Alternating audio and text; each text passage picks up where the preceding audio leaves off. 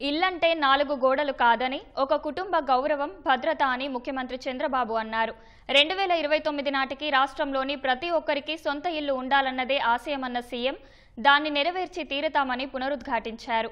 అన్నమయ్య జిల్లా చిన్నమండెం మండలం దేవగుడిపల్లిలో పర్యటించిన సీఎం చంద్రబాబు రాష్ట్రంలో 3 లక్షల ఇళ్ల గృహప్రవేశాలకు శ్రీకారం చుట్టారు. దేవగుడిపల్లిలో లబ్ధిదారులు షేక్ ముంతాజ్ బేగం, హేమలతకు ఇళ్ల తాళాలు అందజేశారు. వారికి ఫ్యాన్లు, బల్బులను బహుమతులుగా ఇచ్చారు. అనంతరం ప్రజావేదిక సభలో ప్రసంగించారు. 2029 నాటికి రాష్ట్రంలో సొంత ఇల్లు లేనివారు ఉండకూడదనేదే కూటమి ప్రభుత్వ లక్ష్యమని సీఎం స్పష్టం చేశారు. ఈ రోజు ఇక్కడికి వచ్చినప్పుడు ఇండ్లు పూర్తి చేసుకున్నటువంటి శ్రీమతి హేమలత గారు, శ్రీమతి ముంతాజ్ గారు చాలా సంతోషం.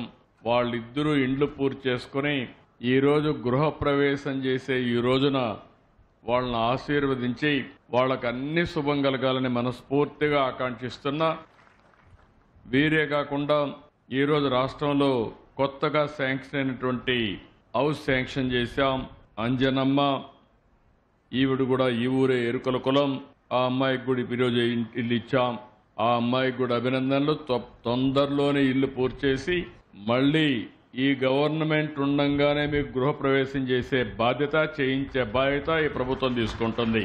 ఇల్లు అంటే 4 గోడలు కాదు, ఒక కుటుంబానికి గౌరవం, ఒక కుటుంబానికి సంతోషం, మీ భవిష్యత్తుకు నాంది, ఒక భద్రత, ఒక చిరునామా. మీరెక్కడున్నారంటే వేరే వాళ్ళ ఇంటి పేరు చెప్పాలంటే మీకు నామోషిగా ఉంటుంది.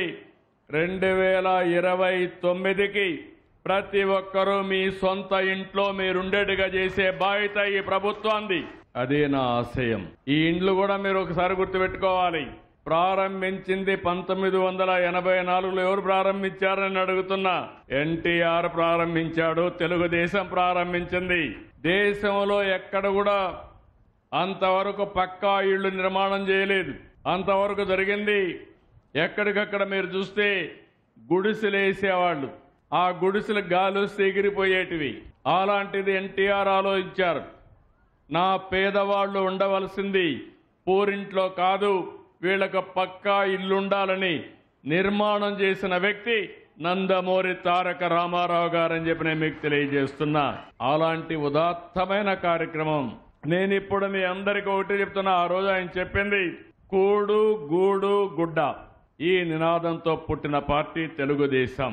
దాంతోనే ఈ రోజు మీ అందరికీ ఒకటి హామీ ఇస్తున్నా.